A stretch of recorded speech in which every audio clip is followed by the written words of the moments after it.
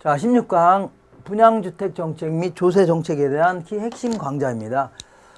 자, 먼저 분양가를 규제하겠다. 그러니까 예를 들어 어떤 지역이 평당 1,000만 원인데 너무 비싸니까 그 집 구입하는 사람이 저소득층들이 집 구입하기가 힘들다. 그러니까 안 되겠다. 니네들 평당 600만 원 이상은 받지 말아라. 이렇게 하는 거를 분양가 규제 혹은 분양가 상한제라는 겁니다. 그러면 분양가를 규제하게 되면 어떤 효과가 있나 좀 알아보겠습니다. 그러면 요거는 그 무주택자들이 집 구입하기가 좀 용이하게끔 좀 도와주자 그런 얘기인데, 문제는 집이 한 5채가 있는 자가 야, 나도 한번 이거 구입하겠다 나오는 거 아닙니까? 그러니까 투기가 극성일 가능성이 높아집니다. 그러다 보니까 결국은 당첨자를 가려내야 되겠죠. 그러니까 뭐 선착순이라든가 아니면 그 추첨을 통해서 당첨자를 가려내서 몇몇 사람만 들어갈 수가 있을 겁니다. 그 다음에 자, 이 분양가가 이제 600만 원 이상 못 받게 하니까 이 공급자, 건설업자 입장에서는 아파트 같은 거 지으려고 해요? 안 하려고요? 안 하려고 하겠네요. 그러니까 신규 주택 공급량은 점점 감소하기 시작합니다. 그러면 시장에는 자, 그 시장은 오래된 주택은 철거하고 새로 지은 주택이 들어오고 이렇게 해서 순환 과정을 겪어야 되는데, 문제는 오래된 주택은 철거되고 새로 지어지는 주택은 없죠. 그러다 보니까 기존 주택에 대한 수요만 증가하고 기존 주택 가격만 급등하는 그런 현상이 나타납니다. 그리고 또한 자, 어떻게 하다 보니까 집을 구입할 수 있는 사람 입장에서 볼게요. 분양 청약을 받으려는 사람 입장에서는 내 식구 기준으로 한 20평이면 충분한데 분양가가 아주 싸니까 에라 50평짜리 한번 구입해서 인간답게 살아보자. 이게 쓸데없이 낭비가 생길 가능성이 높아집니다. 그 다음에 자, 이번에 진짜 600만 원 받고 아파트를 지으려고 한다고 쳐볼게요. 그러면 고급 자재를 갖다가 썼다가는 아주 망하기 딱 좋죠. 그러니까 중국산 저질 싸구려 자재 이런 거 갖다가 지어야 될 가능성이 높아집니다. 그러니까 분양주택의 질적 수준이 매우 저하될 가능성이 높아집니다. 그리고 도심 한복판에 지었다가는 이것도 망하기 딱 좋네요. 그러니까 산 밑에 이런 땅 있죠. 이런 데다가 아파트 몇 동씩 막 지어야 될 가능성이 높아집니다. 그러다 보니까 상당히 나홀로 아파트 이런 것 때문에 토지 이용이 상당히 비효율적으로 진행될 가능성이 높아집니다. 그래서 안 되겠다.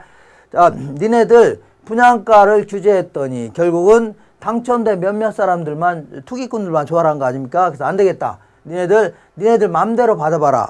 분양가를 니네들 맘대로 받아봐라. 이렇게 한다면 어떤 효과가 있냐면 어쨌거나 이렇게 안 좋은 효과는 전부 없어지는 겁니다. 그러니까 그러면 분양가 자유화가 훨씬 더 좋은 제도가 아니냐. 천만에요. 자, 분양가를 자유화하게 되면 일단 뭐가 높다고요? 분양가 자체가 높죠. 여기는 그 분양받을 엄두가 안 나네요. 그래. 이 경우에는 어떻게 당첨자가 당첨되면 들어갈 수 있는 길이라도 열리죠.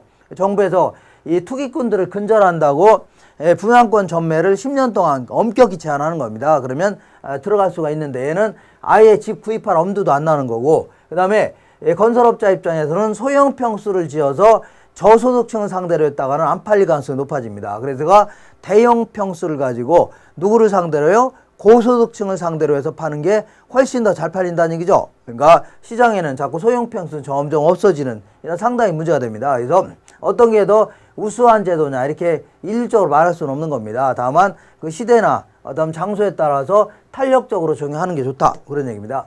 그 다음에 조세의 귀착이라는 게 뭐냐면, 자, 이 어떤 원룸에다가 재산세를 부과했으면 그거를 집주인이 지가 다 세금을 안 내려고 할 겁니다. 집주인 입장에서는 임대료 인상을 통해서 누구한테요? 세입자한테 전가시키려고 하죠. 이때 임대료 올리니까 세입자들이 다 나갔다. 그럴 경우에는 다 나갔다 해서 재산세는 다 내야 될 거 아닙니까? 재산세 누가 내야 돼요? 집주인이 내야 되는 겁니다. 이런 거를 탄력적으로 반응했다 해줍니다. 세입자는. 근데 임대료 올렸더니 그대로 남아있다는 얘기죠. 남아있다는 얘기는 별도로 갈 데가 별로 없다는 얘기입니다. 그럼 그대로 남아있으니까 임대료 올린 거 갖다가 세금 내면 될 거 아닙니까? 그럼 누가 낸 꼴이에요? 세입자가 낸 꼴이라는 얘기입니다. 그럼 결국은 실질적인 세부담을 누가 하냐? 이거를 조세의 귀착이라는 겁니다. 그래서 이때는 어쨌거나 임대인은 세금의 일부를 임차인에게 전가시키기 위해서 임대료를 올리려고 할 겁니다. 그럴 경우에 조세의 귀착은 상대적인 탄력성에 따라 달라지는 겁니다.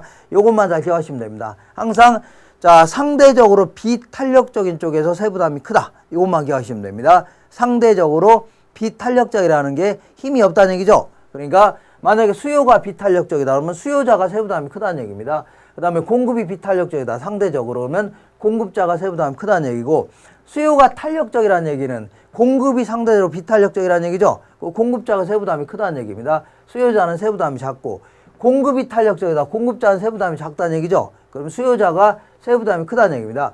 그 다음에 같은 비율로 세금을 부과할 때 주택 가격에 대해서 똑같은 비율로 세율을 부과한다. 이거를 정률세다 혹은 비례세라는 겁니다. 이럴 경우는 이 저소득층들은 세부담이 무진장 큽니다. 그 다음에 고소득층 같은 경우는 세부담이 굉장히 작을 수가 있습니다. 이런 걸 뭐라냐면 그 역진성이 있다 표현합니다. 역진세적인 성격이 있다. 그래서 안 되겠다. 그래서 그 주택가치가 높을 경우는 높은 세율을 부과하고 주택가치가 낮을 경우는요 낮은 세율을 부과하는 게 훨씬 더 조세 형평에 맞는다는 얘기입니다. 이런 표현 기억하시고 그 다음에 수직적 형평을 달성하기 위해서는 가능한 뭐라고요? 누진세 형태로 차등봐서 하는 게 훨씬 더 수직적 형평에 맞는다. 이런 것만 잘 기억하시면 됩니다.